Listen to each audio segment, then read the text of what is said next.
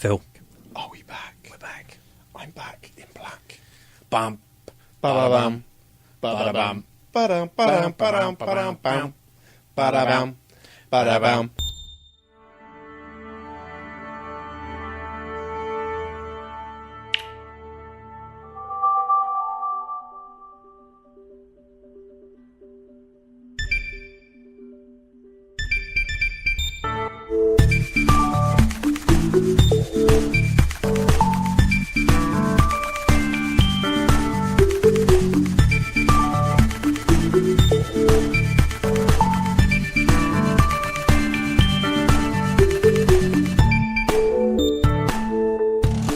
Hello, ladies and gentlemen, and welcome to another episode of EGX Part 3?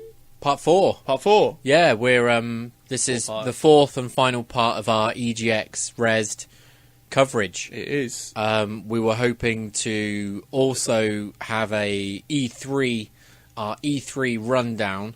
We can't, which is unfortunately. no, we can't. We were going to get a guest, but it was a bit last minute. We weren't sure, so we're going to bring the team together. Hopefully, before I go on holiday in a couple of weeks. Hopefully, we'll sort something out. Fingers crossed. So, hello, Phil. How are you? I'm all right. How are you, Stefan? I'm not too bad. Too bad. It's we've tried to record before, but I've been ill and on holiday. And this week, everyone's been off at Download and on the bus in Isle of Wight Festival. Yeah, and you've been moving again, and I've been moving it's again. things have been a bit weird. Pete Tong this last few. Definite Pete Tong. I think because the last time we recorded was May. Yeah, I think it was about May. Was the beginning of May. Yeah. And we were like, yeah, well, we'll get the other one done in a couple of weeks' time, and then we'll have them all sorted. And then all dusted. I was like, Phil, we recorded. You're like, what? No. Yeah. Things have gone wrong. Yeah. Life stood in my way. And unfortunately, life does get in the way. Yeah. But we're here, and hopefully we've. Not queer. Well, wouldn't matter if we were. Well, no, but here and not. Yeah. Yeah, I get you. I'm trying to be funny. You're turning a phrase. Trying to bring life back to us. Yes. Yeah, it's trying to inject the spark. Enthusiasm that we used to have. We But- still have enthusiasm. Yeah. But I think it's good because we're in an office at the moment as such, Yes. surrounded by beer Beer up inside you. all up inside you. But I've got to drive, so I'm not drinking.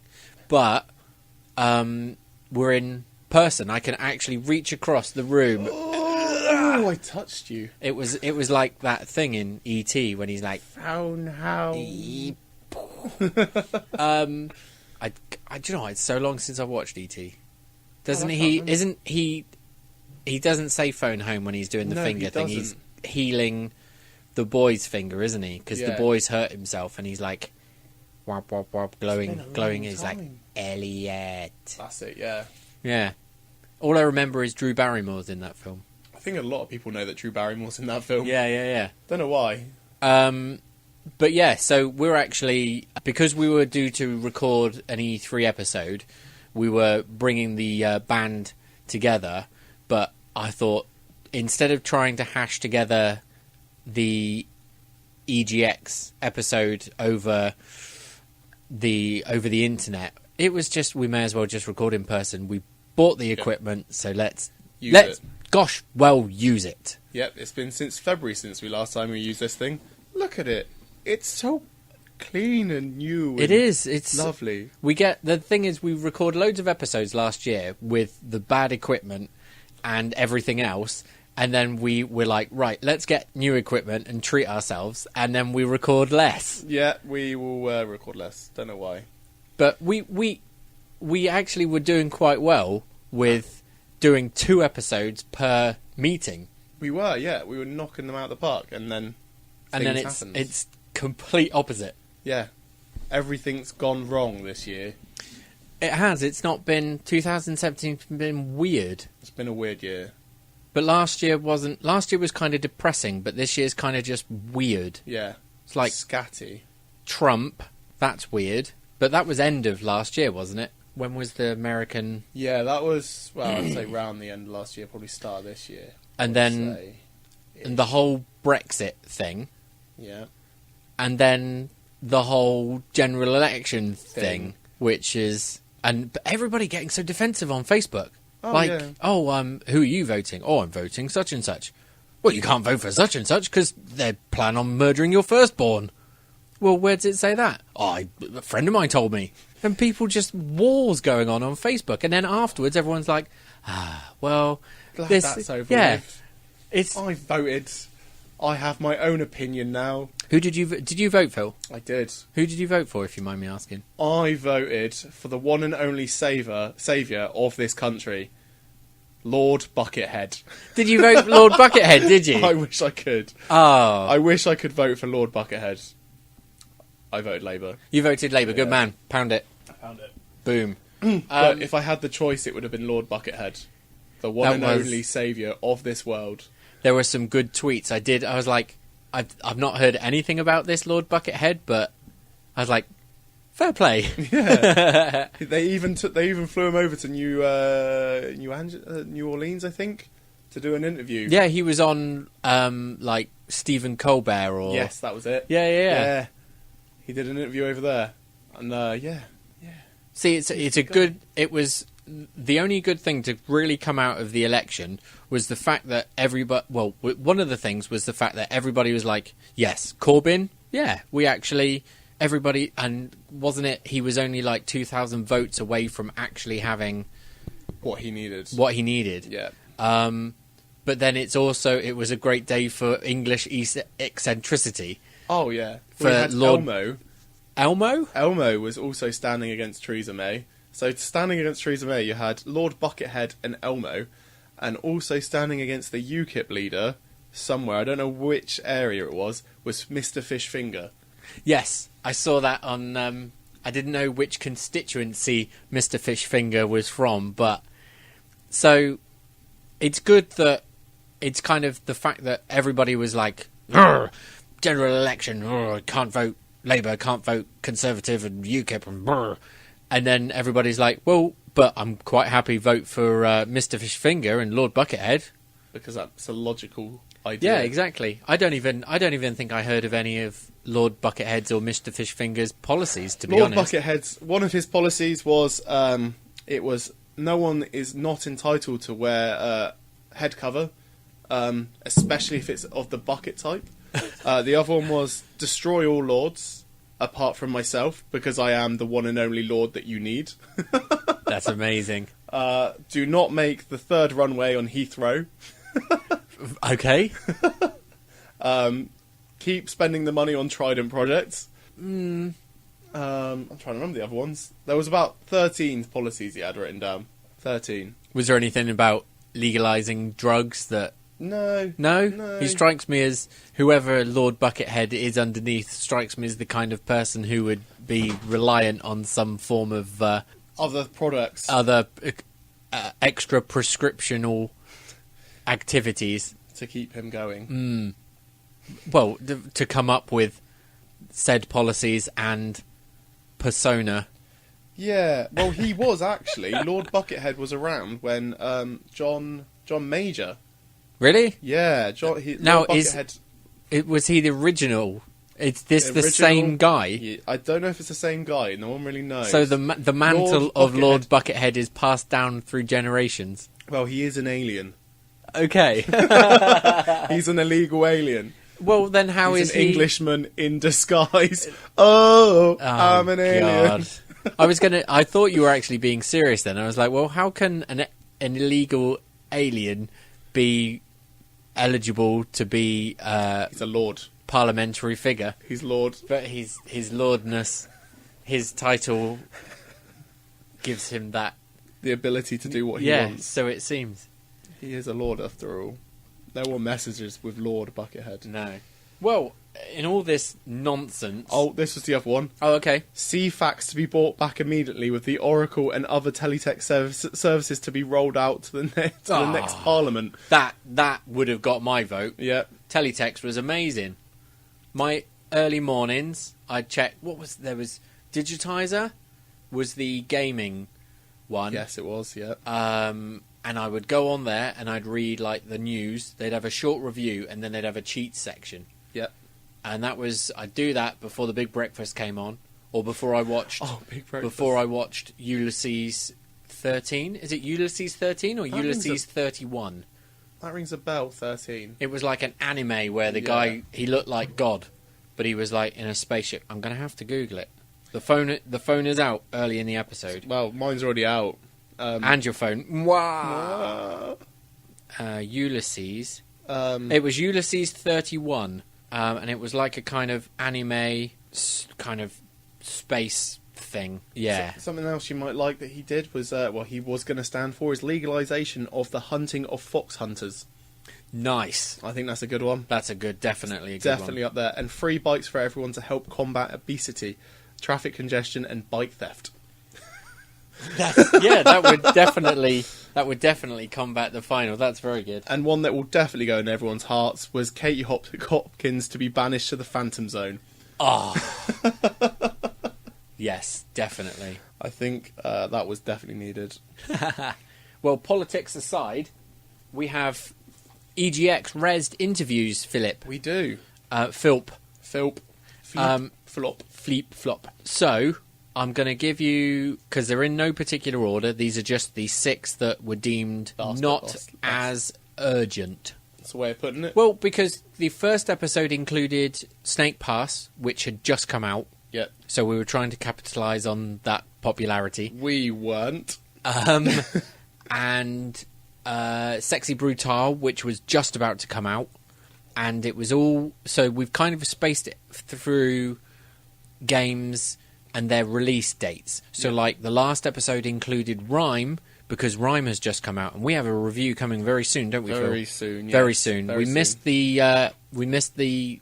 when we were actually hoping to have it out. Yeah, that's my fault. My but bad. You finished it, though, haven't you? I have completely finished the game. Whilst we're on the subject, though, let's have your quick rundown. What did you think of Rhyme? I absolutely adored it. I've seen a lot of people complain about it being quite easy, but the story, it's more story and heartfelt than anything else. I absolutely adored it, to be honest. I can't speak words on anything else apart from what I'll say in the review when that will come out. Cool. But no, I really liked the look of it, of what you were playing, and we were nice enough to be sent a review copy from Tequila Works. Yeah, Tequila Works. So yeah, we have our review coming very soon, folks. noahsarcadeuk.com. We will be posting it all over the place. Yes. So we have 6 interviews remaining from our weekend back in April. Yes. Yeah, end of April, wasn't it? End of March. End of March, start of April. Yes. So, bit of fun for the episode, you know? Bit of fun. Bit of fun. Pick a number between 1 and 6. I want to say number 4. Number 4 is Figment. Figment. Oh, yes, I remember Figment. That was that little isometric platform puzzle game that you played. You didn't get to play, did you? No, but I did play it on the Saturday. When I wasn't around. When you weren't around, because I had time to kill and I was on my own. But anyway, I really enjoyed it. I really enjoyed it as well. Sounded beautiful. The did. Artwork was gorgeous. Yeah, all kind of music based as well. Yeah. And you had the boss that was singing the song about throwing the poison, and you had the teeth falling from the sky, and yeah, really enjoyed that. So we actually spoke to Jonas at Bedtime Digital about his game Figment. We were down in the press lounge. We were in the press lounge for that one. Press. So there might be a door. Sexy women coming through. Sexy women coming through. Just for us. Do you know, I actually think I cut that from that. Us Last talking episode. about it from the last episode, because it didn't, that kind of Make tangent. any sense. Yeah, it didn't make any sense. So, yes, down to you guys on the show floor talking to Jonas about Figment. Hey, Stefan, on the show floor, we're passing it over to you. That old chestnut. That old chestnut. Thanks, guys. Thanks, guys. Yeah, handing over from future us Yeah. as we will, because what we do is we record all the interviews and then we record our podcast, and we'll bookend each side of the interviews. So generally it's like, now we hand down to the guys over on the show floor, and it's generally just still us just recording from the studio. Studio. Don't ruin the illusion, Phil. Some little bit of credibility. Yeah. So it's a good studio. It is, yeah, the basement of a pub. The basement of the pub, yeah. Basement of a pub. So yeah, we have another guest with us. Thank you for joining us. Who are you, sir, and what are you doing here? My name is Jonas Byerson. I am the Chief Creative Officer in Bedtime Digital Games, and we're here at EGX to show off a new game, Figment, that we're hopefully going to release here over the summer on PC and as soon as possible all the major consoles after that. Excellent. So, Figment, what is it? At its core, Figment is a isometric adventure game that mixes a lot of puzzle and action. Kind of like if you would say Bastion had been an adventure game with a bit more focus on puzzle games. And the unique thing is it all takes place inside the mind of a person. So the game is about this mind going through a trauma, and you have to journey through the mind, both the logical side and the creative side of the mind, and also some of the weirder parts to fight off these traumas that are kind of manifested as nightmares and basic human fears as singing monsters that you have to stop. You say singing monsters. It's from what we've seen of the footage, because we were going to just have a quick go before we jumped in to this, but unfortunately there's a bit of a update thing going on, but that's fine. From what we know, there's singing monsters. There's a very musical aspect to this game. How does that play into Figment? Music is a major part of the game. It was something we wanted from the start, but when we got a music designer on it, and he started singing himself and did some of the voice acting in the game, it just became so natural that we should just continue down that line. And kind of took some inspiration from Disney movies. In Disney movies, even the villains get a song. So we were like, why can't the enemies, the big enemies, kind of explain their background and their plots through singing? Like we like a good villainous Disney song, so we wanted that as well. And then we could go through like different kinds of music for the different kinds of enemies. And music as a whole is also like very hidden into the level design. Every level has like its own track, but compared to where you go, like if you get closer to certain objects or certain events, the track will change and adapt to where you are in the game. So music and sound as a whole is a huge part of this production, and of course also voice acting with all the characters.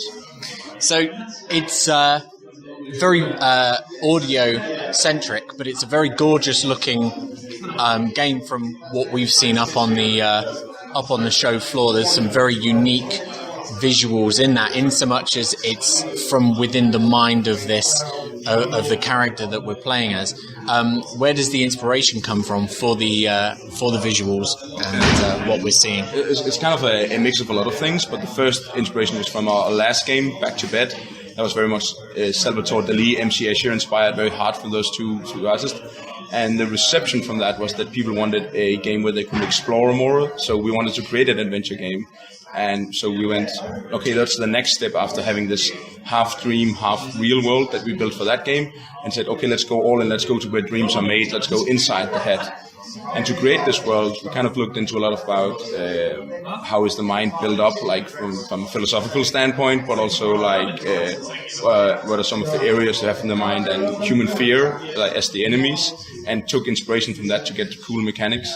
And for the details, we kind of, this man whose head you're inside, we built this character up. He's actually very detailed, but you have to figure it out in the game by getting collectibles and reading through the lines and putting clues together. But like we kind of created this very detailed character and then asked ourselves what would be in his head and kind of built the world around that. You said it's the world that it inhabits, the inside of this man's mind that we have. You say it ventures through the creative areas and such. So each area of the mind that is going through, does it have a distinctive theme and a visual and a audio kind of look and feel to it. Some of the levels share some elements like audio and stuff like that, but a lot of the levels have like for example, in the logical part of the mind, there's a level that heavily features timed puzzles and clocks, because like keeping track of time is something the logical part of your mind does. So that's placed, and some of it is very much like placing stuff in boxes and having more grid-based puzzles. And in the creative side of the mind, you have a major puzzle about fine-tuning music, because music belongs in the creative part of the mind. So all of the levels have this small thing like this approach to what could be the different sides of creativity, what could be the different sides of the logical part of the mind. And then it's all tied together. Like in the middle of the game, there's this small village where a lot of houses are, and all of these houses contain a voice, like an inner voice we have in our head, kind of like what we are, like the voice that tells you to go to bed early, the voice that tells you not to eat the last piece of cake, and of course also the voices you don't want to listen to all the time. They're also there, but it's kind of like this village represents the mind's personality in a way. Mm-hmm. So it's everything combined is like a metaphysical version of what could the inside of a head look like. And I think the idea is that each of one of us have this thing in our head, but it looks different from person to person because it's made of memories and what we did as a child and stuff like that. See, the character that you control as you're playing through, it's unfortunately we've not. So it's a small girl, is it?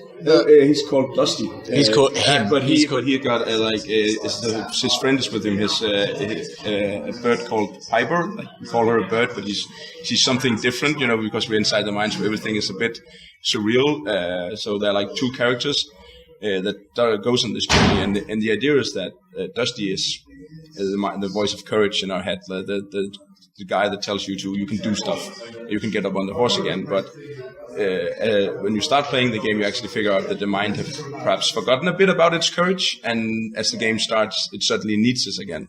So in the start, Dusty is the reluctant hero that kind of needs to get up there and save the brain again, and kind of rekindle its sense of courage as you play through it. So as you are playing through, is there you gaining different abilities, and it's mostly about mastering the stuff you start with, but we chose to take the advancement of mechanics to the worlds themselves. Like when you come into a new act, like going from the creative to the logical side of the mind, suddenly things changes, and you need to learn these new rules for you to survive them. So it's very much about figuring out the environment more than mastering new abilities. And also like the enemies, they're kind of like small puzzles in themselves. They have like stuff they do, and sometimes you actually need to use the enemies in puzzles. So it's more about figuring out the environment and interacting with that, and putting clues together than powering up your character. So you've when we attempted to play, we had an update. You say that the team are still working on bits and pieces. Where they're based? Where is it? Yeah, we are from Aalborg in Denmark. So, okay. And they're still working on it now. How long has Figment been? I think I've personally been working on this project for like 3.5-4 years. Because like I came up with the initial idea back when we got the investor that helped us start our company. They wanted to make sure that we had plenty of ideas to go forward. So I started the idea at that point. But I think the game has been in production more closer to like 2.5 years now, and we're still working on the last part of the game and the polishing, because like the graphic takes a lot of time and all the shadows we need to do them ourselves, and then the last voice acting that needs to get in the game. So we haven't had a fixed date for release yet, because a lot of the artists on the team are perfectionists in a lot of ways. So, well, best to get it right from the get-go then. But how big is the team working on it? Currently, we are like 9-10 people on it, but there's some external animators helping us, some friends right now that can do the very specific animations that we need for some of the events. But most of the time, it's been around like the 8-people team working on it.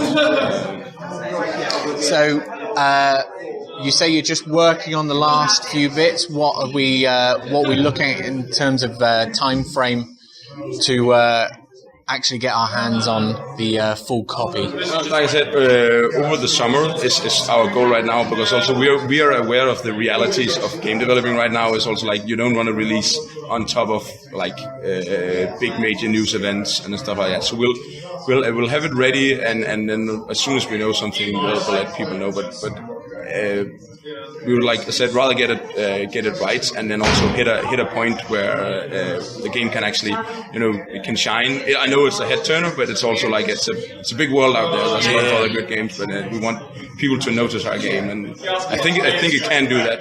But it's just about being smarter. Yeah. Fantastic. Well, I think that's pretty much everything. So, any questions, Phil? No. Fantastic. Well, thank you very much for joining us. No problem. Hey, thanks for having me. We're back. We're back. That was a good little game and a good little interview, if you didn't know already. I don't know why I said that. It's the heat. It's getting to you because it's quite warm. Stifling. Yeah. Today, it's too warm. I kind of wasn't prepared. I honestly thought the weather was, when I left the house this morning, I thought the weather was going to turn to shit. So I thought, right, I'll bring my jacket and I'll make sure I got my jeans and look at it. I know it's beautiful, beautiful sunny Bournemouth. Bloody sunny Bournemouth. I'm actually kind of wishing that I'd parked further away so I could enjoy the nice walk back through the winter gardens and back to the car. Is there any reason why? Pokemon. Oh, just Pokemon. And other things. The many sights and wonderful sights sounds of Bournemouth. Sights and sounds of Bournemouth. So Figment, folks, go and check that out. It's still being built and whatnot at the moment, but you can add it to your Steam wish list. I believe. Put it on your wish list today. Phil, a number between 1 and 6 that isn't 4. 2. Elex. What was it? Was it Elex? You said it. Say it like it's French. So Elex. Welcome to the new game, Elex. That's the new one coming from THQ Nordic. And this one has a release date of October 20th. Sometime away. It is a little bit far away, but then the build that we saw was still fairly new. Yeah, alpha. Yeah, alpha numeric. But yeah, quite like the look of it. Shows promise. It's kind of Fallout meets Skyrim meets Destiny meets. Yeah, it's all kind of. It's a Minecraft meets. Yeah, there's loads of it's an open world survival sci-fi kind of story / old time. Yeah, and it was good. It was hard. It was then good until I crashed it. Oh yeah, you did, didn't you? I did, yeah. But you have a knack for doing that at these shows. I try and find the quickest way that I can crash a game in the quickest way. You're like, right, come on, bitches. Left, right, down. I'm bringing your game down with me. If I'm going to die, I'm going to take everyone else with me. Yeah. So yeah, we were lucky enough to talk to Florian again. We've already spoke to Florian. We have, yeah. We spoke to him about. He talked to us about this is the police. Whoop whoop. This is the police. Really nice guy. Yeah, very very nice guy. Probably one of the nicest people we met. Actually, everyone was really nice at Rezzed. I don't think anyone was horrible. Wow. There was that one guy. What one guy? The guy from Little Nightmares. Oh yeah, that guy. Yeah, that. It wasn't horrible. It wasn't the nicest person, but no, but it didn't quite. I don't. Yeah, that was a bit. I think that was more misunderstanding than anything else. Yeah, I wouldn't say it was horrible. No, but in terms of everyone, yeah, and up there. that woman at the Sega stand telling everyone to stop filming Sonic Mania. Like, jeez, I'll just stand there and record next time. Yeah, just give it a rest, love. And I got footage from it anyway. So, no. Who cares? But anyway, let's go to our interview. Hey, ho. Let's go. Okay, welcome back, folks. We are back. This is actually our last one for the day, Phil. Is it? It is. It's another thing he takes a mick out of me for. But anyway, we won't go into that. we've lost the plot. It's too late in the day. But anyway, we are back on the show floor, and this time we have another guest with us. Sir, who are you? Hi, I'm Florian from THQ Nordic. I'm the PR manager. Thank you for joining us. We are here to talk about Elex, which I've had pronunciation issues with. ELEX. Very little was known about the game when we got here. We've been playing. We've had about 5-10 minutes play with it. But for anyone that hasn't seen the game itself yet, what is Elex exactly? Yeah, I can tell you. It's a Thank you very much. open world RPG with a scenario that we kind of invented. It's like a science fantasy. Because the developers have made before like only fantasy open world RPGs like Gothic and Risen, you might have heard of those. And now they wanted to have a new scenario, so they added some kind of science fiction. So you basically can see people wearing an axe and casting a fireball, fighting against someone in a shiny metal armor with a laser or plasma gun, fighting back from a jetpack flying up high and something like this.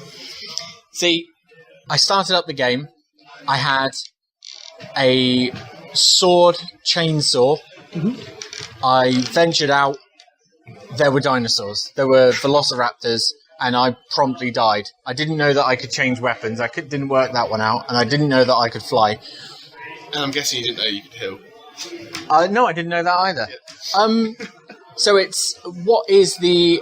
There's got to be some sort of a story behind. Is this a future Earth or an alternative Earth? What's the deal with that one? It's an alternative world. Alternative world. Magellan, and it has been hit by a meteor that destroyed the whole society that was there. So it's kind of a post-apocalyptic world in this space where they are. So you see like destroyed cars, rotten buildings. Well, now nature has taken a lot of things back. So you have overgrown cities, etc., etc.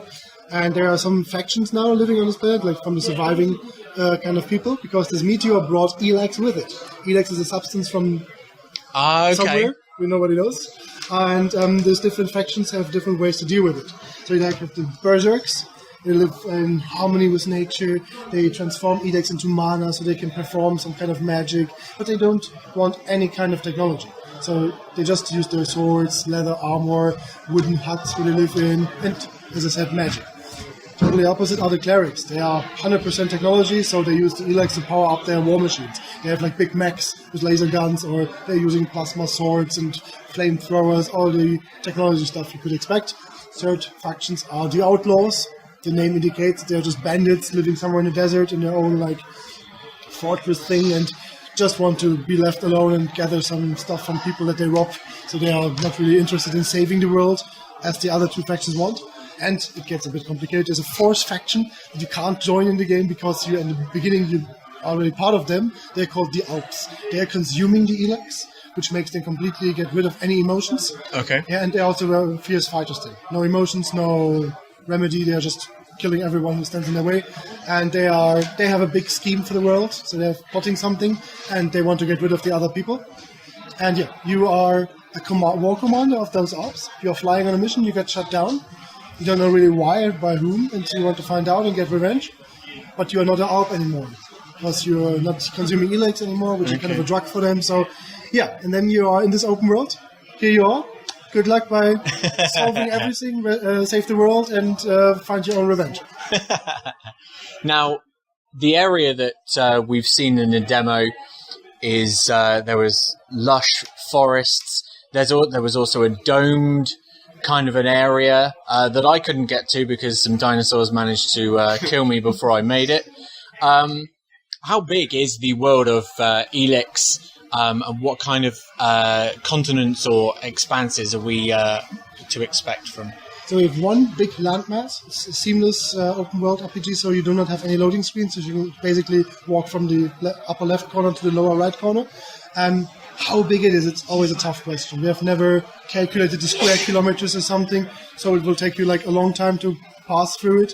If you have seen, we have this jetpack, which allows you literally to just fly over mountains or something. So how long exactly it does take to go through the world depends on what way you take.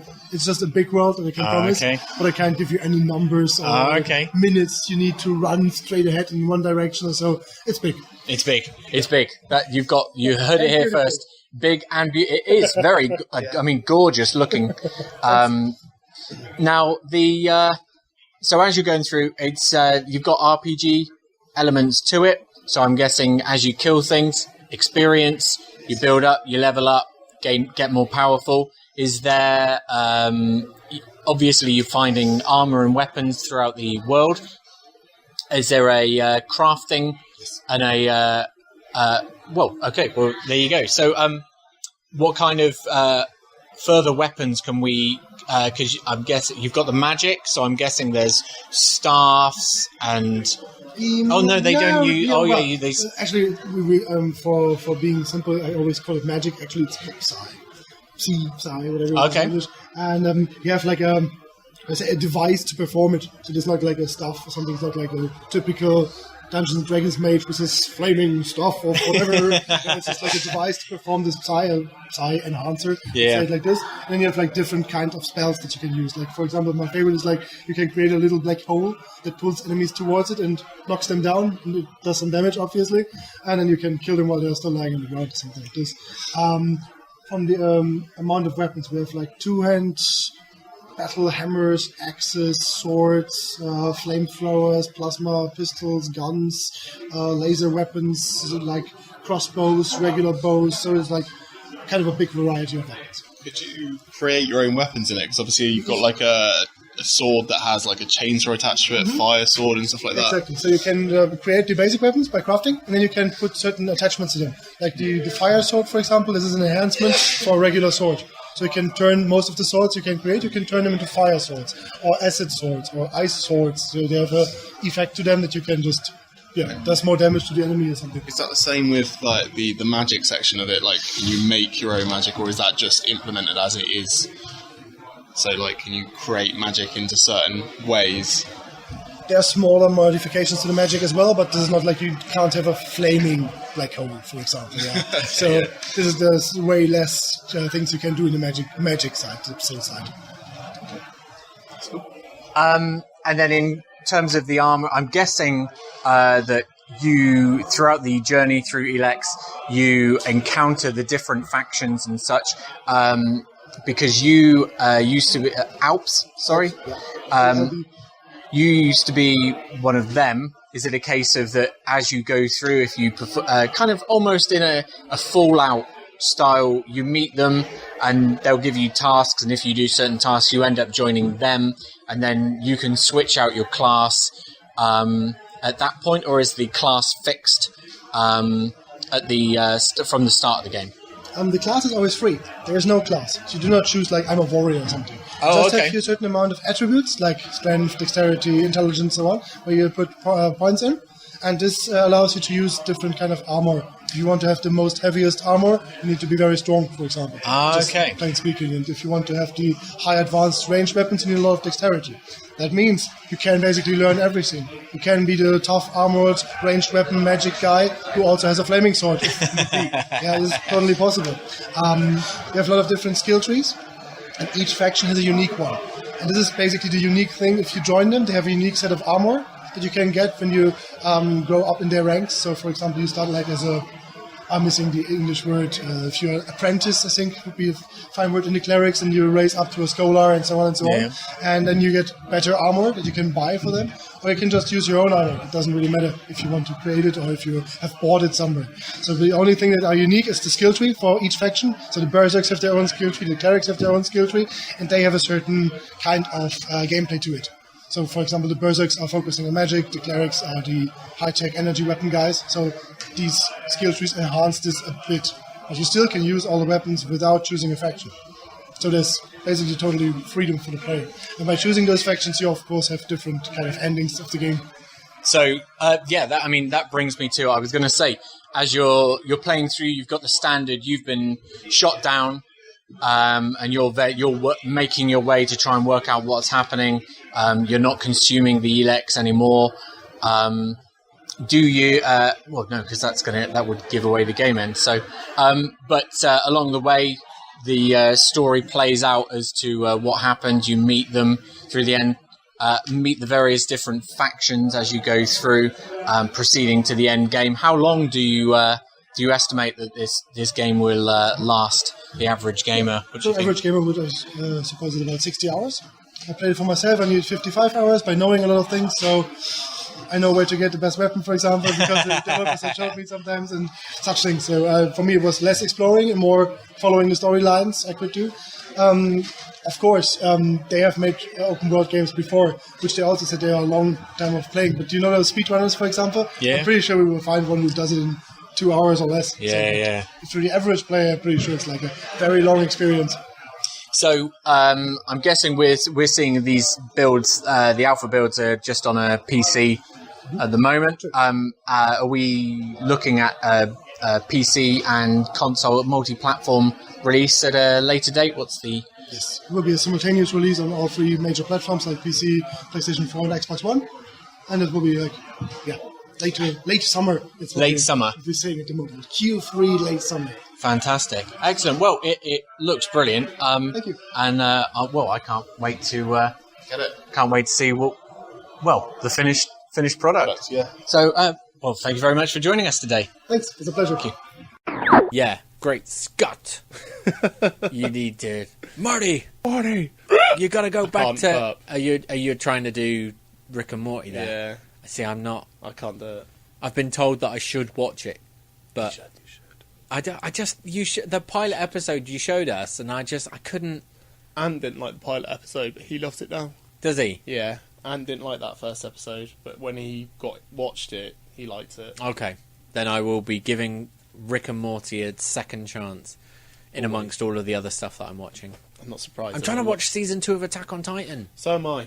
I'm 2 episodes behind, according to Philippe. Not you, but I'm not mispronouncing one? your name. What The was- last one I saw was when they were up in the trees, and Aaron's hands were still not grown back yet, and the scout squad were coming to catch them. Ah, yes. Yeah, I've only watched the next one. I haven't watched the next one after that. okay. So I'm 1 episode behind. It's been good though. It has been good. It's been a bit of a barrage, to be honest. Yeah. Because I didn't expect him to give away that much information quite so soon. No. I I was kind of surprised, and I was like, had I've to watch that. got a tattoo of the Colossal, and I'm like, I didn't realise he'd be. I thought he was going to be pinnacle to the Doesn't look like it. pivotal rather.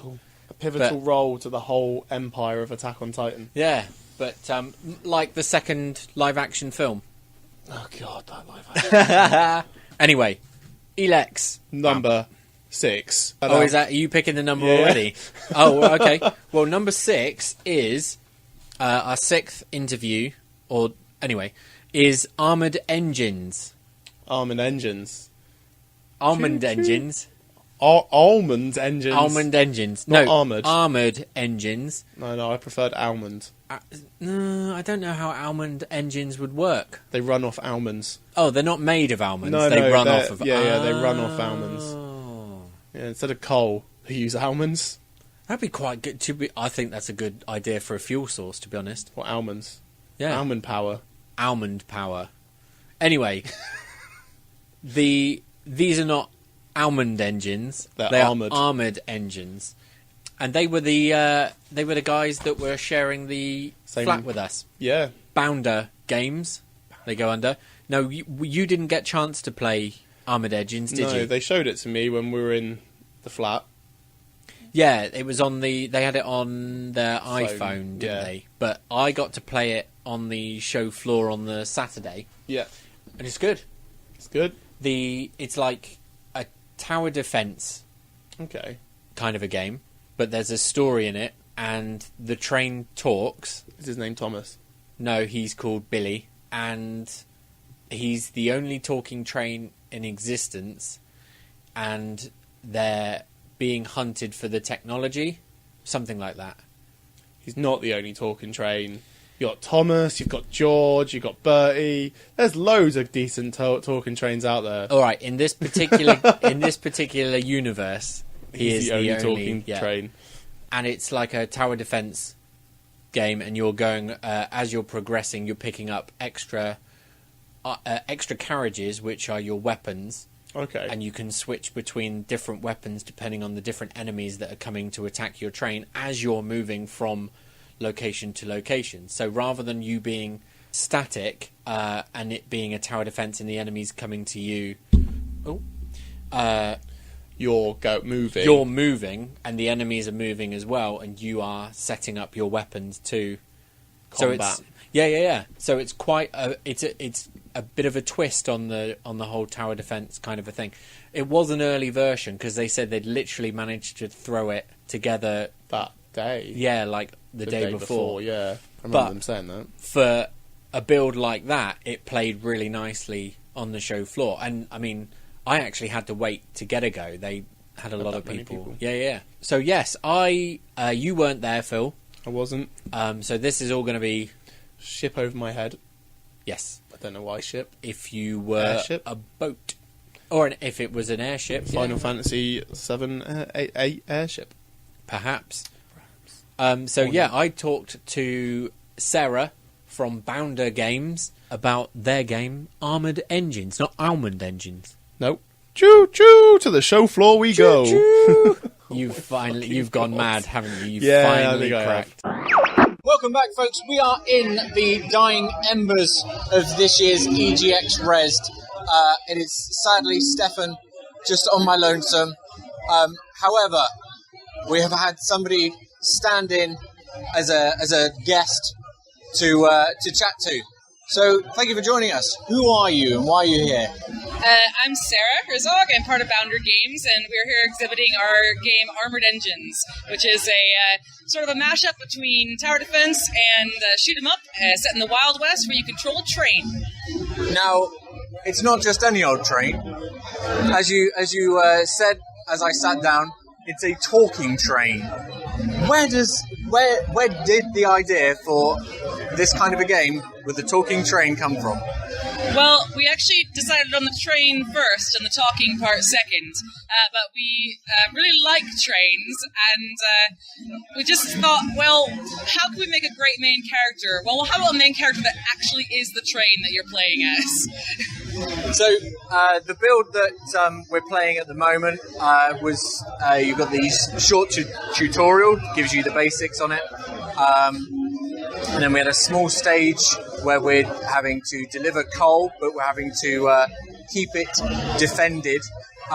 We were introduced to a cannon, and we were able to throw coal from the cannon from the back in order to keep defended. What other features are we going to see implemented onto said train? The train has a name. Yes, his name's Billy.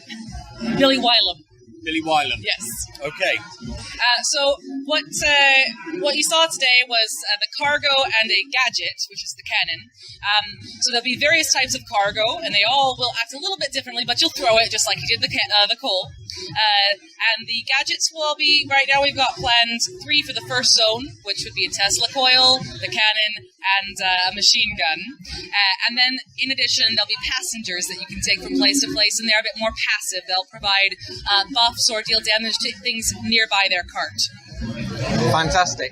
The graphic style, it's quite unique. A lot of people going for the very kind of pixel, the 8-bit kind of 16-bit style, but this isn't quite that, but it has its own unique look to it. Is that something that you were wanting from the get-go? Yes, even though I'm not the main artist on the project, I designed the graphic style, and it's because I'm terrible at pixel art. But and none of us on the team are actually focused on art. But we wanted something that was quite simple, but would still look very stylish and good. And so we picked something where everything's all sharp angles and nobody has hands or mouths, so it's quite a lot easier to draw, but still looks quite snappy and stylish and recognizable. And as well as the visuals, it has a really awesome soundtrack to it. That was the one thing that really came to me as I was playing. Is that thanks to any particular style? Is that a member of your team who's not here at the moment? Yes, Levy, one of our team members, focused in university on audio, and she is our composer. And actually, that song for the second level that you played the level was designed entirely around the song, including the big vista that you saw halfway through the level. It was all inspired by the song, and so our designer and our composer worked very closely together on that level. So it's very much a team effort. Everything being built around everything else, it's really a fluid creation, if you will. Is that how everything started? One of you had one idea, one of you had another. Yes, actually the whole game came from a misheard idea. Roy, our designer, he had an idea for a game called Trade Blockade, and Levy misheard him and thought he said Train Blockade. And from there we just riffed off the idea until we came to what we have now. Fantastic. Now, there was a moment when there was a little bit of exposition explaining why we were doing a delivery into the next section. I noticed there's a shop. So is there going to be a case of over the course of the game you pick up upgrades for Billy? Yes, definitely. There's also a crafting system.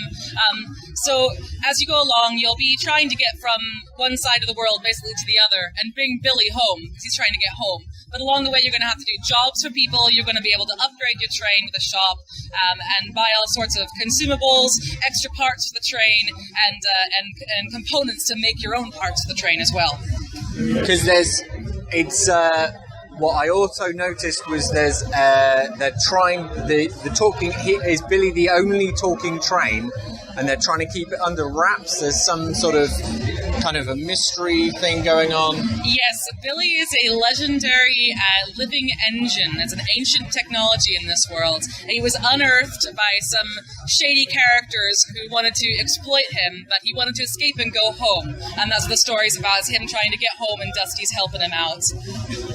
Now, Dusty's actually female, isn't that right? And she's has she always been a conductor and just happened to...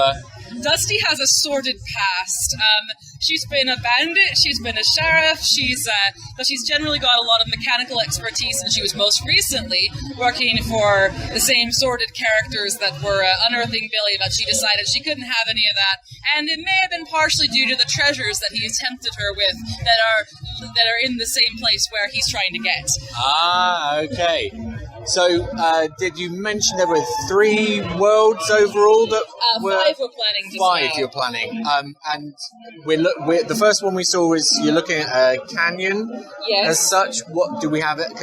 Any idea as to what Yes. Can we give away? I'll give a bit of a taste of it. So the first area you saw was called the Yellow Sands, and you went through Ambush Canyon, which is one of the levels in the Yellow Sands. After that, we'll be entering the Black Sands, which is all based around a big volcano, followed by the White Sands, which is up in the snowy mountains. And after that, we got the Red Sands, which is in a very red desert, and then the Green Sands, which are a mystery that I will leave to the future. Well, we do love a little bit of mystery in our lives. So the game itself at the moment, you've got it running on a PC. Mm-hmm. So are we looking at future PC release? Do we have any kind of prospective other systems that you would want to see the game on? Yes, so we originally actually conceived of the game for mobile, but we feel that our target audience is more of a PC crowd, so we're focusing on PC now. However, we do hope for a simultaneous mobile release. We're using Unity, so that makes it not too difficult aside from UI and control changes that will need to happen. And we're also hoping potentially for console releases in the future, but that may happen after the initial release.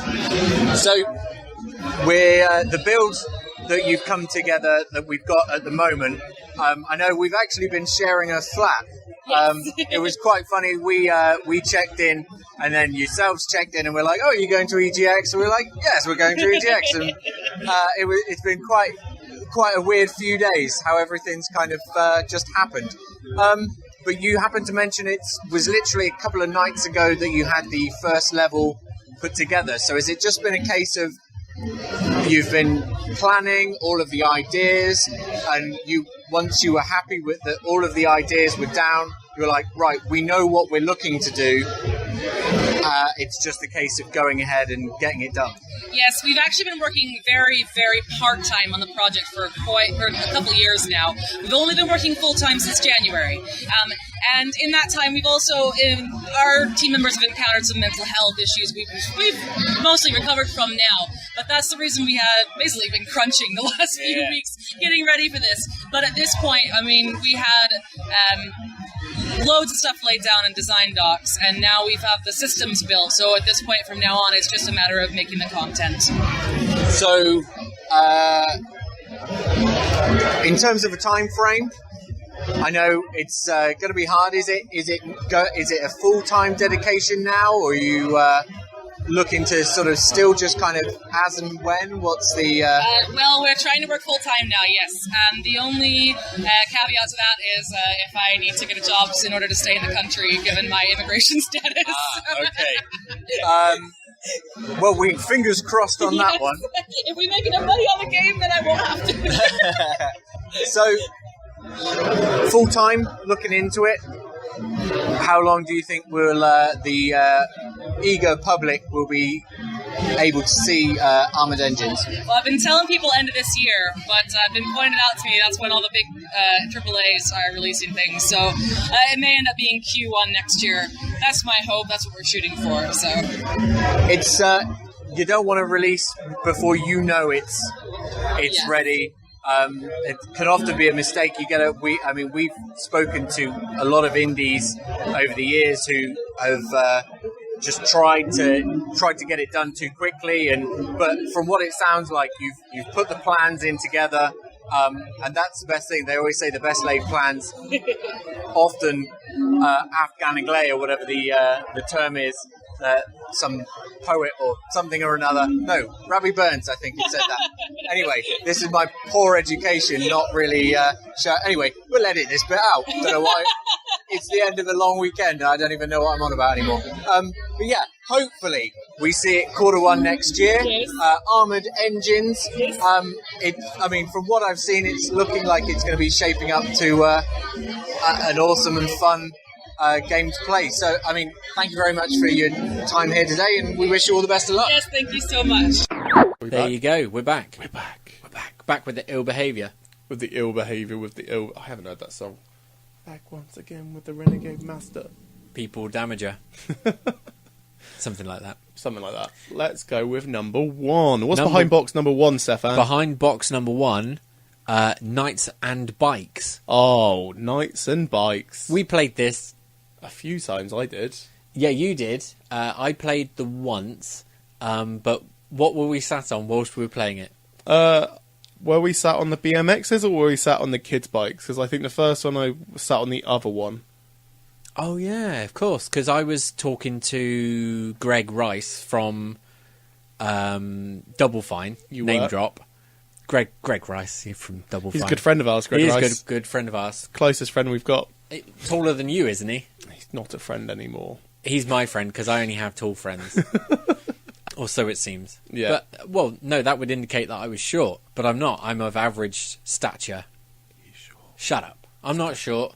I'm 5'8". 5'8 is pretty short, isn't it? Oh, shut up. People, he's 5'8". Shut up. He's not that tall, he's just 5'8". Hi, Stefan, how you doing over there? Hello, 6'7". So, yes. No, I think you were sat on the BMX first, and then we were on the kids' bikes that were amazingly uncomfortable. Oh, they were so bad. I thought the BMX would be really uncomfortable, and then kids' bikes were just stupid. I like the fact that they had the bells, and they had the ha ha. Yeah, but goals. It didn't detract from Knights and Bikes being enjoyable. It was a very good game. Because it was co-op. Yep. And it's... Have you ever played... It's the one where it's Halloween. Oh, Costume Quest. Costume Quest. So it's very similar to Costume Quest in so much as the way that you navigate the map. Yep. And the stages and such. But it's... you each have individual abilities that come together in order to progress through the levels and defeat enemies and stuff. Because one was water, yes, and the other one was because they went. Oh, what was it? Because if you created a puddle, You could splash. you could splash in it, and Yeah, and the other one was just fighting, wasn't it? it might have been. I think you. Anyway, it probably gets explained in the interview. Probably will do, to be honest, Stefan. There's no date as such on Knights and Bikes. I did try to look it up. And there's still nothing, is there? No, but they're busy because it's literally the two guys, isn't it? Yeah. Moo and Rex. God, yeah, I forgot their names. Yeah, Moo and Rex. Moo and Rex from Foam Sword. Because everyone needs a foam sword in their life. Foam swords or fingers or foam anything. Everyone loves a bit of a foam finger at times. Which bit?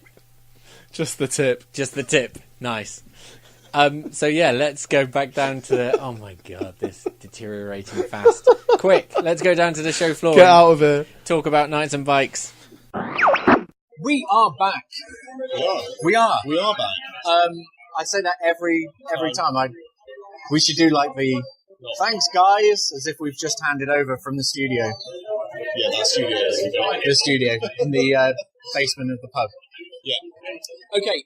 Yes, as I said, we are back, and we are this time talking to a couple of gentlemen. Am I right? It's the only two gentlemen of Knights and Bikes.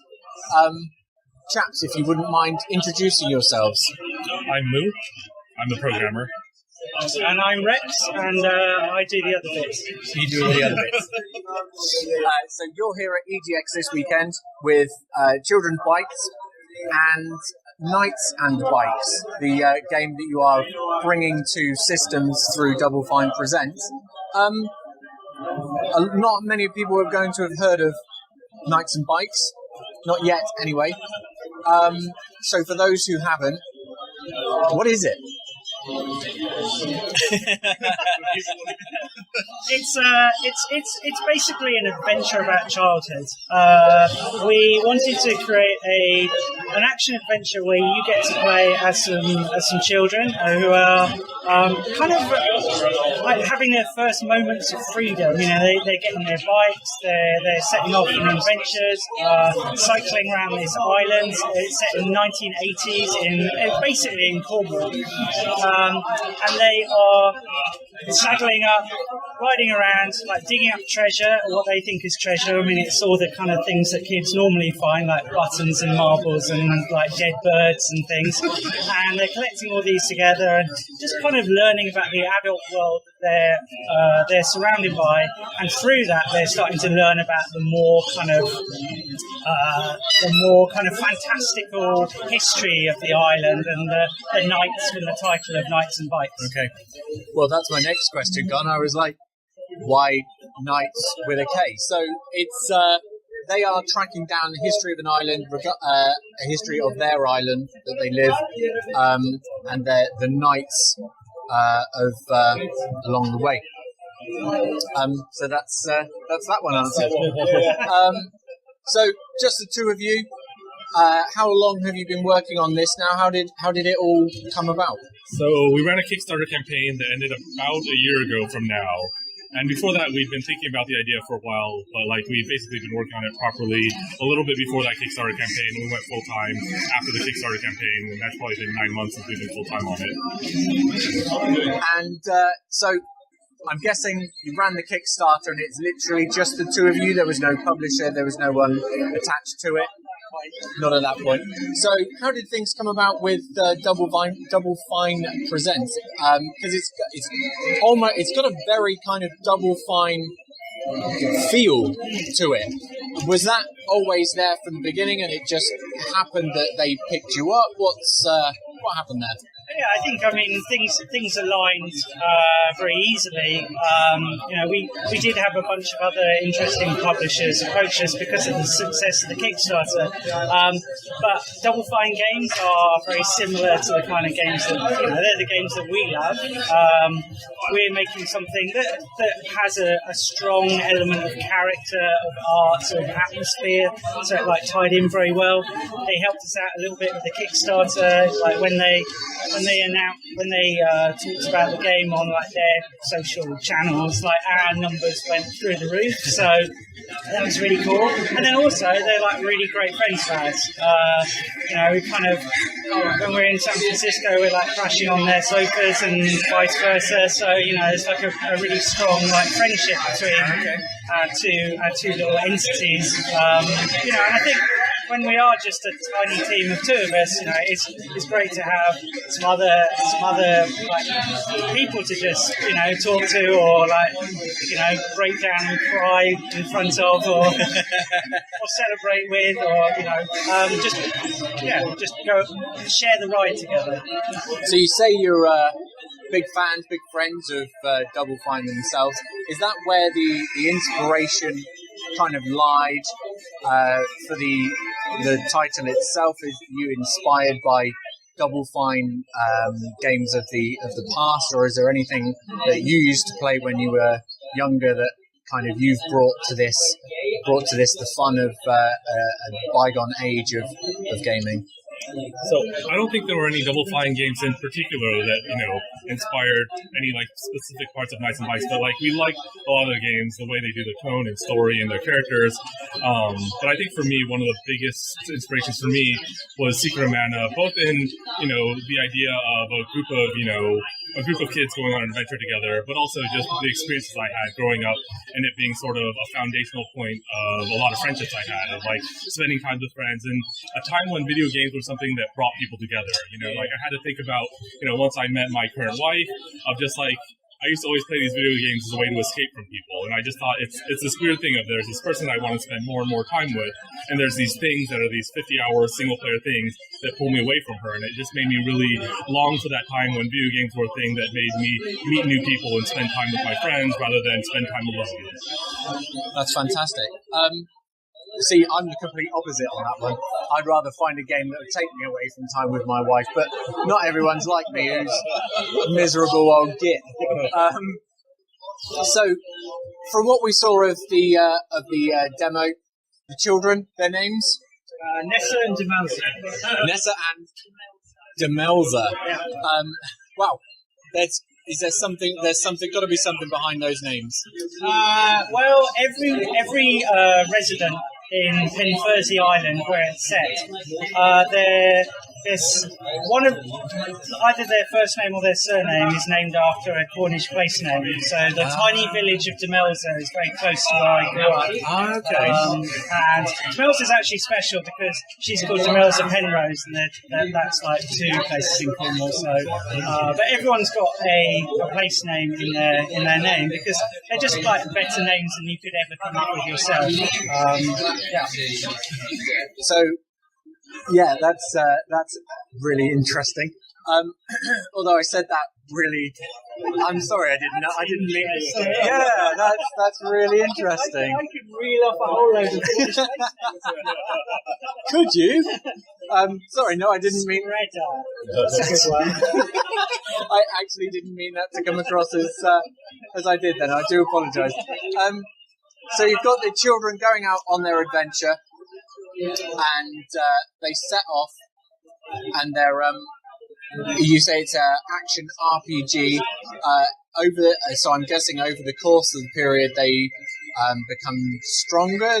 They gain more abilities because you were. I'm guessing you have more of the ability to breathe for longer, like cycle on your bike for longer, and be like a better, stronger attack and stuff like that. Yeah, so they'll be able to upgrade their bike so they can access parts of the island that they couldn't get to before, but also upgrade their abilities and their arsenal of like what they can do and how they can work together and what moves they can do. That kind of and I think it's a really important thing that their moves are designed to be asymmetrical so that they help each other. So like in the demo, you might have seen how Nessa can throw water balloons on the ground, make a big puddle, and then Demelza can run up and stomp in them and just, create a massive splashing damage, which if you're a knight made out of, armour, that's going to rust, You've got to watch out for that kind of stuff.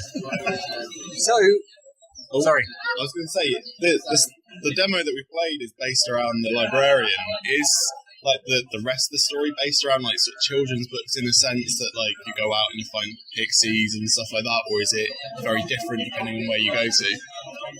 Well, all the locations and the characters within are designed to be kind of quite realistic. You know, it's a librarian. She hasn't got like some like giant tower where she's, you know, books are flying around. She's like in a little mobile library van, and she's driving around the island, you know, and getting annoyed with people that aren't paying their fines on time, and like just dealing with like the everyday stuff. And it's the same kind of thing that the kids themselves have to deal with. The fact that they do, like as you were alluding to earlier, when they're using their bikes, they run out of energy. They have to use their asthma inhalers. You know, it's kind of a mixture of fantasy and believability that we're trying to navigate that path for them. So we've got part of the small. I'm guessing it's the opening section of the game that we've actually got on the demo, or fairly close to relatively early.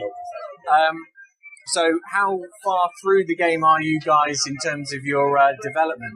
I think we're still pre-alpha. We're just trying to get to the point where you can, you know, play through the entire game from beginning to end and get content complete, but we've still got a bit of ways to go to get there. Okay. And is it a case of, are we going to be seeing it on the majority of consoles? Is it, what are the plans for once you're happy that it's able to be unleashed onto the public? So we've confirmed, you know, PC, Mac, Linux on Steam, and PS4, and we'll see where we go from there. Fantastic. So, I mean, do we have any kind of a time frame, or is it's just a kind of, you know, no, fair enough, just as and when. See, that's what I like. Rather than you've got deadlines, and it's so much better to have a game that is like, well, we'll release it when it's ready, as opposed to, well, no, we've said it'll be this day, so it's got to be this day. And when it's just the two of you, it's going to be hard to meet any kind of a deadline. Well, unless it's a realistic deadline, of course. And if Tim or whoever overseeing the project, if you really have anyone overseeing as such, if they would turn around and say, well, no, we want it next month, you'd be like, yeah, that's kind of... I mean, the one good thing about... I say one good thing, there's lots of good things about Double Fine. But one of the best things about them is that they are that kind of a studio that you have a lot more free reign than you would have done with anyone else. And so I guess they're kind of quite happy to just sit back and say, you guys, as long as we can see you're making progress, then we'll leave you to it. So they're supporting us rather than like whipping us. You know, and most of the time, I would prefer it that way. Right? Of course. You know what I'm saying? Most of the time. Yeah, on Saturdays, you know, it's a different situation. Yeah, come back well, there. you go out. You've had a week of it. Weekend's time to kick back. Well, awesome. I hope I wish you all the best. This weekend, if the crowds that you've been getting over the course of the last few minutes are anything to go by, then yeah, I'd be surprised if nobody hadn't heard of Knights and Bikes by the end of the weekend. So, gentlemen, thank you for joining us. Thank you very much. Okay, so we've had 1, 2, 4, and 6. Let's go with number 5. Number 5 is Away, Journey to the Unexpected. Now, you saw this one. Did I? It was that first person... It was like that anime one with the first person viewpoint, Yeah. but the characters were 2D. Oh, you got a recording of that I one? did. I sat down to play it and really enjoyed... when we first got there, it actually took my eye because of the art style of the opening sequence. The art style was really nice on it. Yeah, it's kind of like an anime Borderlands. Yeah, I wasn't sure about the 2D style of the characters though. How did that feel? Yeah, it works well because they're not static. So, he actually explains in the interview, but they're not static in order to, because he said that if they remain still, they detract from the game too much. But if they're moving slightly, it gives the impression that they are lifelike and within the world. Yeah. And it just works. But it's not a case of you're going around and there are these numerous of these characters. Once you do quests, you actually gain more characters to play as. So there was a tree that you could do X-ray with or something. There was a tree. That was just how the tree saw things. It wasn't X-ray as such, but it's just how he. But then there was also a wizard that fired fireballs, and that was as far as I got. Okay. Because I think I crashed it. From what I can remember, I think I crashed it and had Go team Noah's Arcade crashing games. Go team crash games. Go crash games team. Yeah, boy. There's team around. So I was lucky enough to get some time with Aurelian from Arcado Studio. He's the mastermind. I think these are a small team as well. There's literally 2 or 3 people, and he's the main guy. And he's a big fan of Wayne's World. Way, so he got our name straight away, did he? Yeah, I gave him the card, and he's like, Noah's Arcade, like Wayne's World. I was like, no way.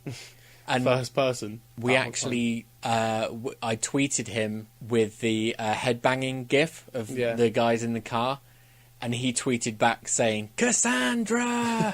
Cassandra! That was amazing. That's cool, I like that. So, well done, sir, well done. Yes, really nice guy, talking about Away, Journey to the Unexpected, to give it its full title. Handing over now to just me on my lonesome with Aurelian. I'm sure, I think I've got his pronunciation wrong. You got his pronunciation wrong? Maybe. We'll Aurelian? find out in a minute. Yeah. Anyway, we'll cut this bit out. Yeah. Hi folks, welcome back. It's Stefan, and we are here, the third and final day of EGX Rezzed. No Phil, he's unfortunately missing in action, as is Ant, who isn't here, so it's just me on my lonesome. Except for a extra guest that we have lined up. Sir, thank you for joining us. Who are you, and what are you doing here this fine weekend? All right, so I'm Aurelian, and I'm working on a game called Away, and you've seen it on the Idea Xbox booth.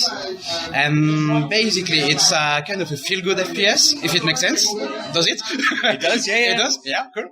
And sorry for my terrible accent, by the way. So you're playing a little kid, and he's super useless. Like, he don't know how to fight. He's not a hero. He will never be a hero. But he's good at one particular thing. He's good at making friends. So each time you see a new character in the world you can talk with, and if you pick the right answers and play your card well, you will be able to recruit him, or her, or it, because you can even play a tree. Yes. And yeah, the game is all about making friends and succeeding into dungeons and open areas and this kind of stuff. Yeah, there is some roguelite mechanic in there. Each time you die, you will gain some experience points and unlock new skills, new paths. And the goal of the game is to know what your parents' job is. Okay. Yeah, I know that's weird, but you're living with your grandparents, and each time you're like, hey, when are mom and dad coming back? Yeah, super soon, tomorrow. But it's been 10 years, so there is something fishy about that. The game is super light-hearted, but your parents aren't dead or something, but they're doing something pretty interesting for a living, and you want to know what it is. Fantastic. Now, the one thing that we were looking around on the first day, and immediately the visual, the anime, almost anime visual style grabbed me. I'm a big anime fan myself. So am I.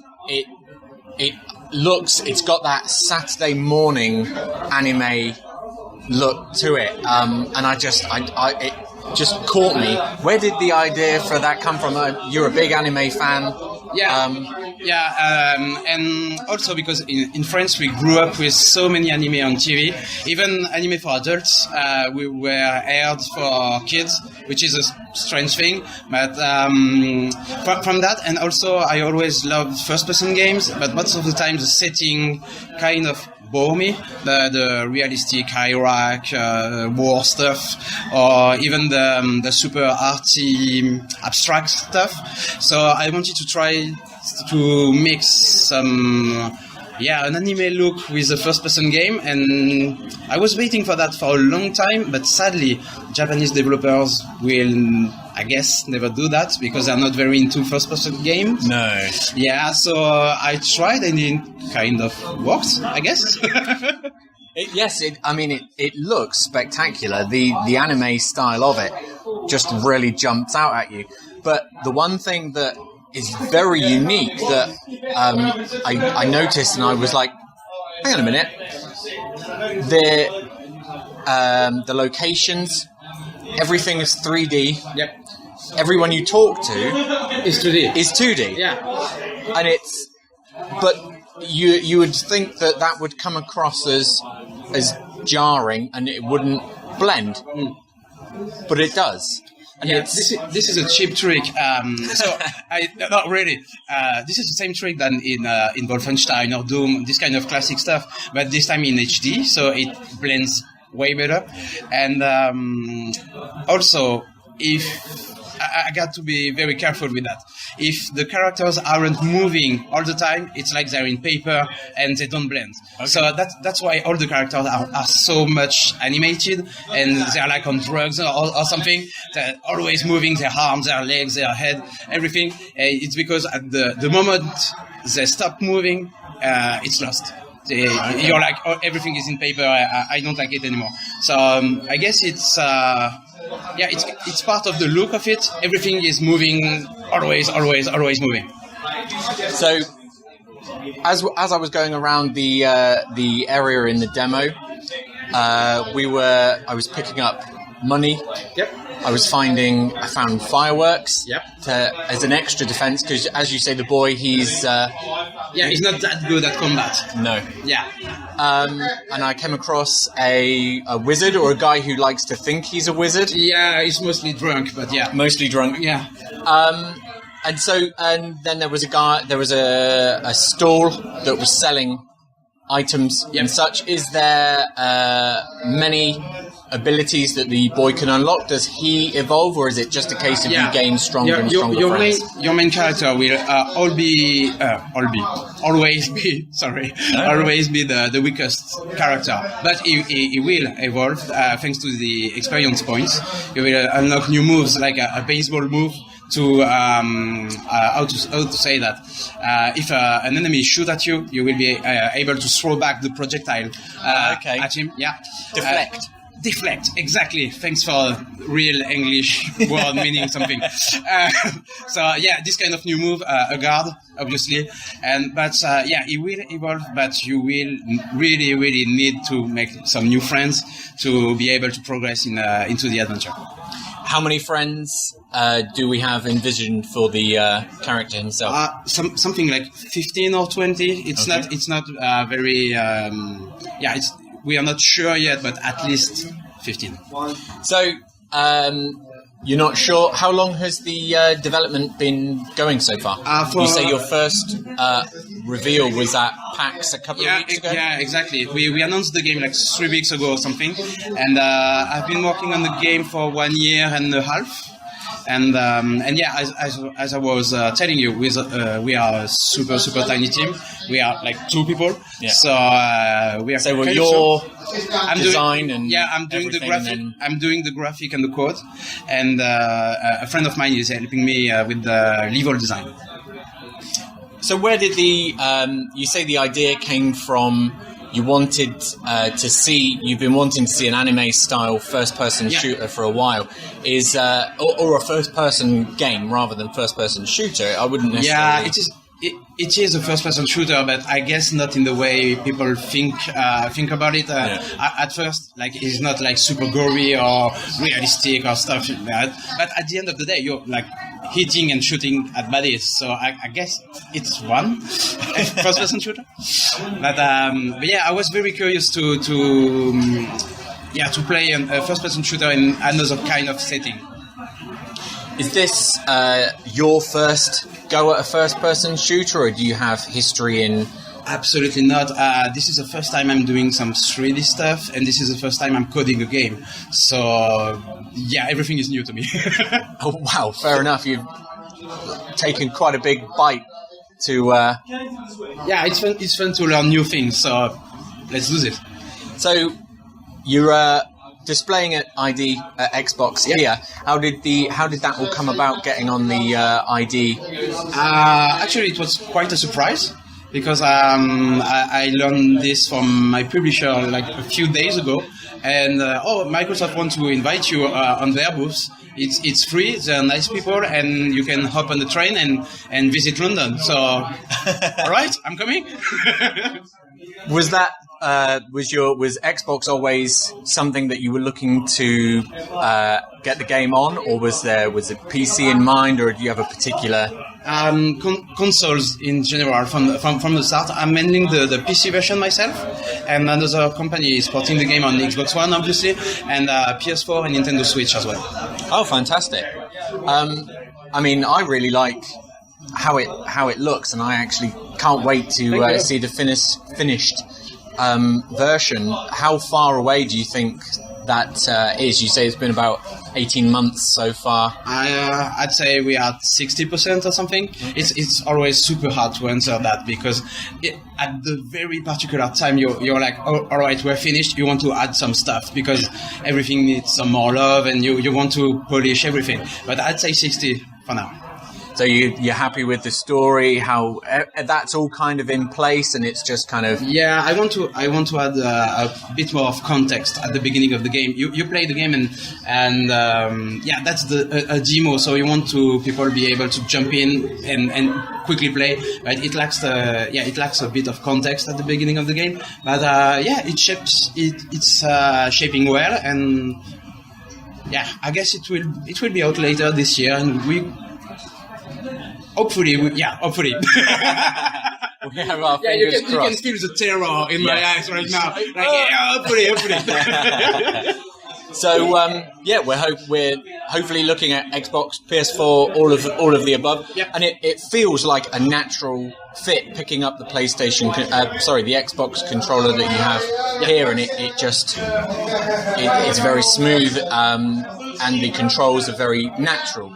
It feels like any other first-person game that you would play, but with the twist. Yeah, we can thank Halo for that, because before that game, it's not saying Halo is a fantastic game or something. It's just since Halo, every first-person game have a natural control scheme, which is very good, because before that, every first-person game had different controls, and right now it's so much easier to play. I've seen some kids, like 6-year-old kids, playing with their dad and stuff, and they managed to finish the demo.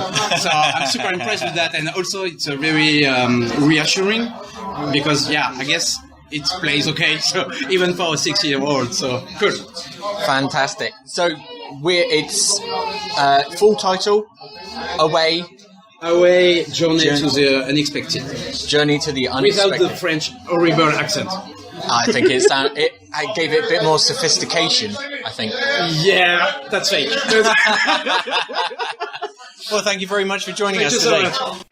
We're back, bitches. Hello, bitch. That went really dark. Hello, bitch. Sound like Freddy Krueger. I see you over there. Shaking that ass. I'm gonna stab you. We've got one more left. Can I get number 1, please? No, we've had number 1. Can I get number 5, please? We just had number 5. Can I get number 6, please? No. Can I get number 3, please? Yes, you may. Oh, no. Can you we have video footage of you playing this hilariously. Oh, no. Yeah. What is it, Phil?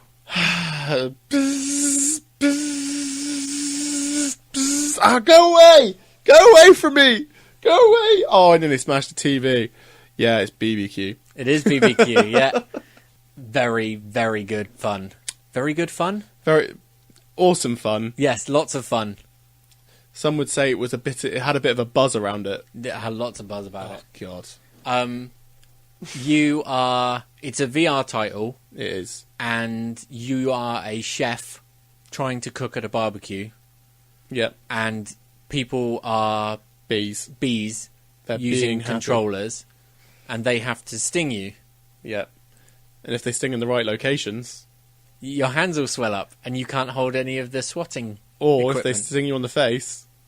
Oh yeah, you can't see properly. You can't see properly. Yeah. And you smash TVs. And you smashed... No, that's just me.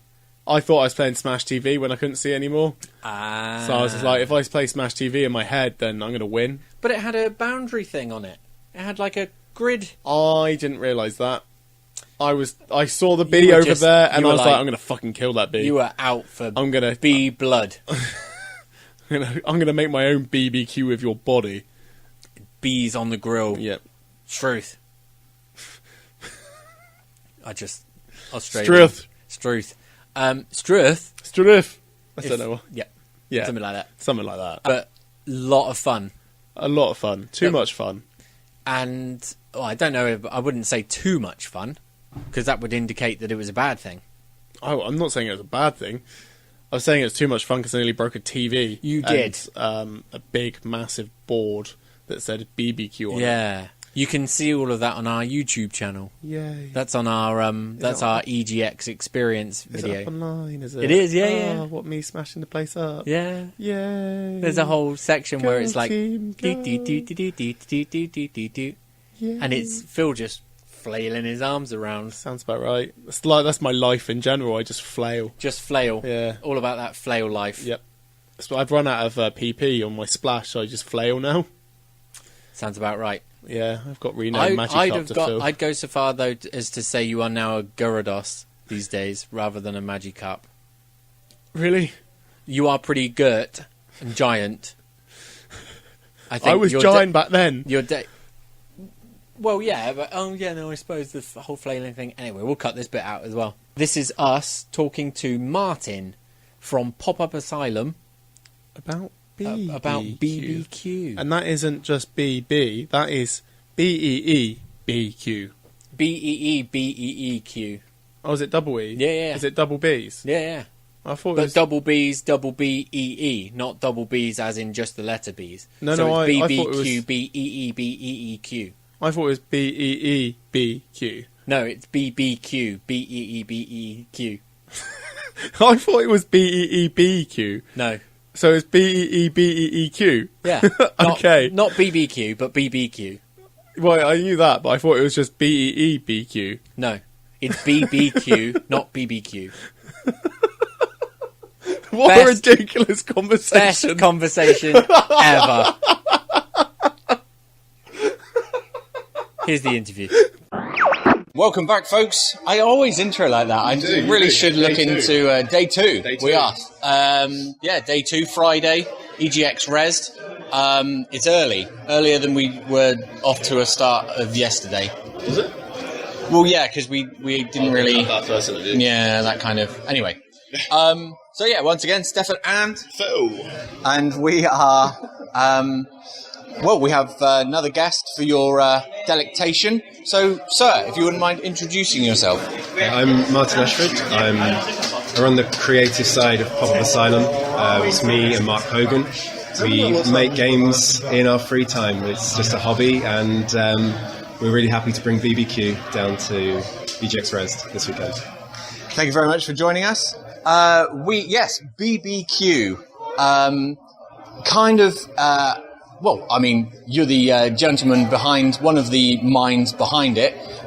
So, care to tell everyone what it is exactly? Now, me and Phil, we've both had a go. Phil almost destroyed your area, but then he is nearly a giant. BeeBeeQ for the listeners. So, BeeBeeQ's an asymmetrical VR party game. So, it's 4 people on control pads versus 1 person in virtual reality in the same game. Much like Evolve, but on a much smaller, fun scale, in your living room, our real goal was to create like a social VR experience. So you can bring your friends around and play VR, and it's not just about one person sitting there in the dark alone playing games. So, where did the idea for creating BeeBeeQ come from? What's the background? So 9 months ago, HTC, Valve sent us the HTC Vive because we've developed a few games in the past, a few game jams, a few small-scale mobile games, and they were keen to see what we might do with the tech. So we thought, well, what can we do? We want to make a social game. We don't want it to be, social was so important to us. Making sure no one got sick was very important to us. And so really we just threw ideas around until we had a prototype. In about 2 or 3 weeks we had a prototype of the game together, and we were playing and we were like, this is a lot of fun, so we should finish this. And so 9 months later, here we are. So you came up with, the idea was you wanted some sort of a social game. Did you initially have a chef being attacked by bees? Were there many iterations of BeeBeeQ before it became what we're seeing at the moment? So we definitely thought about giants and planes or helicopters, lots of different themes around the idea, but really by grounding the concept and the theme of the game into something that people instantly understand. And it's almost a little bit of a joke on the Great British Summer that you can't avoid. That you actually be able to give people their summer, and it's kind of in a fun way in there any time of year. And it just, I don't know, bees, a big overweight guy. It's just it's comedy gold. And you can't argue against it. So the mode that we played now, you say that it was it's deathmatch. Mm-hmm. So one is the chef and attempting to keep himself free from the attacking bees. You said yesterday you had a different mode on that you were, but people were wanting to kill each other. Yeah. What was what was all that about? So the regular game mode and the main kind of mode behind the game is it's a kind of a cooking challenge mode. So the chef has to cook as much food. The food's creating smoke, which is smoking out the bees. The bees come down, try to stop the food from being cooked, and it's just like a nice little competition mode. And you can sting and you can kill the bees, but generally speaking, when you're on a show environment, people just want to play around in VR, and it just and it sort of makes more sense for the show. Both modes will be in the final game on release, including several others like stealth mode. We have some basketball kind of themed modes where it's actually competitive recycling, so you have to recycle as much in a park environment as possible in a short amount of time. So loads of just silly game modes, really. Anything we can think of that kind of makes sense within the theme we're throwing in there. So what we've got, what we see at the moment, the view, it's really crisp. The visuals they're really clear. At no point, I mean, I could at one point the sound, I could hear the bees, and I'm trying to look around and not quite seeing them, but I think I'm probably missing them. But when you know they're there and you can actually see them, you're almost locked onto your target, and the visuals really help that. Was there? Have you had any challenges surrounding making sure that the bees weren't too small, they weren't too big, that they didn't blend in too much with the background? It's obviously got to be a lot of balls to juggle when it comes to making sure that everything stands out, but doesn't stand out too much that it makes it kind of too easy for the chef. Are there any kind of challenges surrounding that side of things? I think we've been quite lucky in that we've made everything real world scale. Which is a very standard game approach to anything, especially with VR. So the bees might be ever so slightly bigger than a bee in real life, but everything just kind of works, and you can kind of it's worked out the box because it's real world. Things like adding the little trails behind the bee, that made a huge difference. We had to rebalance completely after that. Okay. And every time we make any little change, you have to rebalance the game. And we're constantly doing that so that when we release, it will be a nice, solid game, but lots of people are asking for things like handicaps. Can we change some settings? Can we make it harder for one side or the other? It's not much like any classic beat 'em up from the 90s, because everyone loved, you always had that one guy that was really good, and you always want to make it fun. It's not about winning, it's about fun. Yeah. I think the controls are fantastic on it, like for both sides. Like, it's so simple but yet effective. Like, how long did that take you to implement into the... We've definitely had a lot of iterations on the controls. That driving control, as we call it, where it's the triggers forwards and backwards, that was our first attempt. And then we actually have some friends who do UX, and they came in and said, well, maybe you should try this, maybe you should try these other options. So we've just ended up adding more in so that people can choose. But that default driving control, that was our first kind of version, and we've just gone back to it. And it's just refining it and changing things around. Another thing I noticed as well is when the bee stings, it affects the actual character as well. So, for example, when they sting around the face, it stops your vision from seeing, and sting in the hand. Like, was that something you had from get-go, or was that something you thought you would implement later on? It's definitely something that wasn't there in the beginning. We needed a visual feedback. We needed some way of telling the VR player that they've been stung, telling them that their hand's swollen up. So there's a lot of different. We made the character, and then we had to go back and we had to add in swell animations and blends for all these different features, and it's just iterations. But yeah, it's. I think we're getting close to like this solid. Everything correlates, even down to the vibrations in the control pads when your hand gets stung. If only we could vibrate the headset. Some sort of extra attachment. Yeah, like a kind of almost a chef's hat. Yeah. There you go. There you go. You heard it here first, folks. Special edition, vibrating chef's hat. Probably not. So what we're looking at is that how long has that build been in gestation? How long? Because it's just the two of you, isn't it? In your spare time. What little spare time I imagine you actually have. So how long has all this taken to come together? So the actual build time from start to where we are now is 9 months. I guess only the last 2 months. I finished the artwork 2 months ago, so I've been doing marketing and trying to get us here and trying to work out how to actually get the game out there. Mark's now implementing all the levels that I built, and soon as this is solid, which we hope for at the end of the show, we'll have this build will be the kind of close to final level of all the bugs ironed out. You can just start bringing in more levels. Well, not all the bugs, otherwise you'd have no gameplay. Yeah, hey! Nice. Yeah, you can have that one.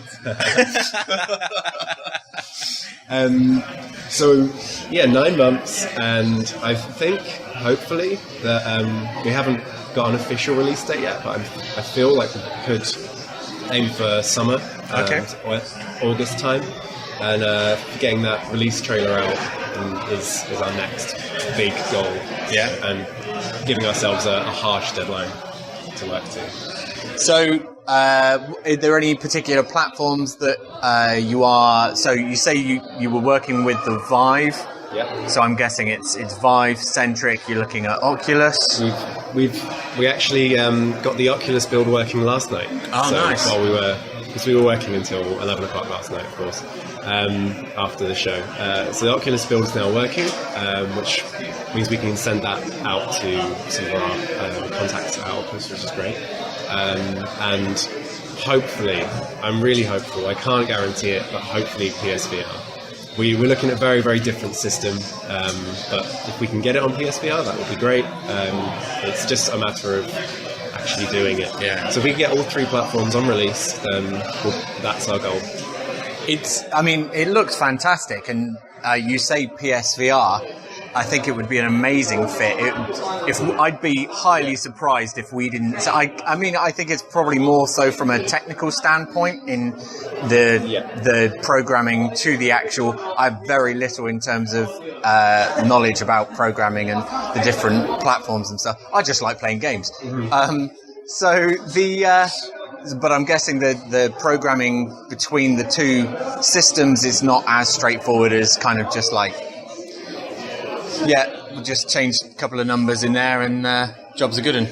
We can't say for sure yet. We haven't even tried. Okay. So when we get a PSVR to actually develop on, which I'm hopeful we'll be soon, then we'll know. It might just be a matter of plugging it in and it working. But at the moment, everything's running from Steam VR, which is the HTC Vive version, the Valve sort of back end for Oculus, and that works straight out of the box. They both work for both. The one back end does both. There you go. But for PlayStation, I'm not sure if that's the case. So it could be more work, but I think it's going to be worth it. Oh, definitely, yeah. Well, I wish you all the best, and we hope to see it on a variety of systems very soon. Thank you very much for joining us. Thank you. That was the last of our Rezzed interviews. Oh, what a shame. So next episode, we're probably going to be returning to our usual programming. Well, hopefully we might throw in a quick episode of E3. E3? Yes. Yeah, hopefully we're going to be doing our E3 roundup in the next few days. Fingers crossed if we can. Touchwood, fingers crossed. Yeah. Do some Star I need jumps. to live closer. Or I need to live closer to you. You Yeah, know, I know that you've got a corn museum over there, so I feel like I need to live No, closer the Corn Exchange. Oh, Corn Exchange. I need to live closer to the Corn Exchange because I might feel happier in life. Well, you'll be visiting it very soon. I know. September 10th. Yeah, because we're going to be at Greedy Goblin Con again this year. Hello, guys, I'm Greedy Goblin. Is that your Greedy Goblin voice? Yeah, that was dreadful. It's kind of weird. Yeah. I'm going to stop there. So, yeah, unfortunately, the guys from the Dreamcast Junkyard won't be able to join us this year. So we're hopefully going to be bringing a few more systems with us. We're trying to put our heads together with... Thinking of competitions, possibly? Yeah, hopefully something a little bit more razzmatazz.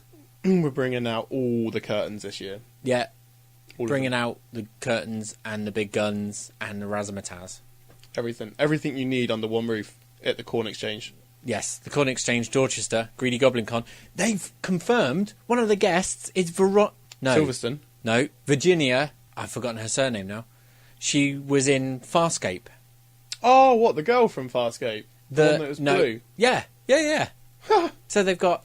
So I'm going to take my Blu-ray, get it signed, get my I photo. thought you were going to say something else then. I really thought you were going to say something else. When you said D, I wasn't sure what you were going to say. I don't think my wife would appreciate that. Well, I'm already in the bad books for having lost my wedding ring. It depends if she likes Farscape. Yeah, she does quite like Farscape, but there won't be anything. She'd still be like, just because you've lost your wedding ring doesn't mean you're not married anymore. But you're not married by getting your D signed. Yeah, but I don't know if she'd be able to fit her whole signature, to be honest.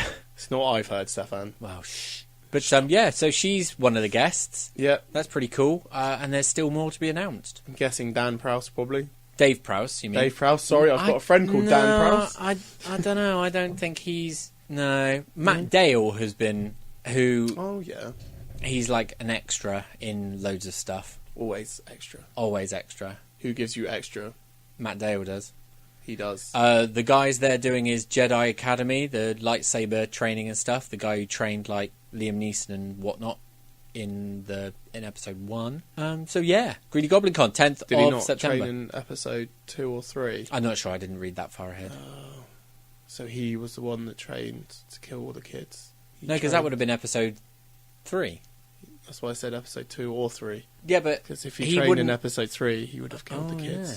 He killed the kids. Killed the younglings. Those kids. Did he have the higher ground? Probably not. Probably not. No one ever has the higher ground. No. Our normal programming should resume.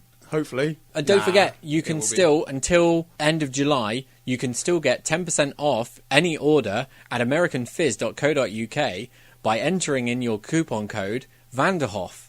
What was that? We get 10% off? Yeah. Go to americanfizz.co.uk and enter your promo code of Vanderhoff at the checkout and you can get 10% off any order. Wow. I know. There you go, kids. Get some sweets. Or there you go. Get some nuts. I'm guessing they do like energy drink as well. Yeah. There you go, sorted, guys. They don't energy do drink. Wonder Bar. They don't do the Cadbury's Wonder Bar though, which is like a Cadbury's Snickers, and they're amazing. But they don't do them. No, But very few places do. Like any of these I've American. never heard of it. It's amazing. It's like a king size American Snickers. Okay. Cadbury's Snickers. Oh, it's good. That sounds good. So Sounds real good. Cadbury's America, if you're listening, send me Wonder Bars for free, please. Wonder Bar. Plug. Wonder Bar, send me the Wonder Wonder Bar, Bars, please. Anyway, I think that's probably it. Oh God. Usual drill. Facebook, Twitter, Noah's Arcade UK. Yep. Yep. Yep. I've been Heist Definition. I've been Monkey Man Phil. Bye. Goodbye. We'll see you on Auf the other side. Wiedersehen. Auf Wiedersehen. We'll see you soon. This isn't eine Booby. Oh God.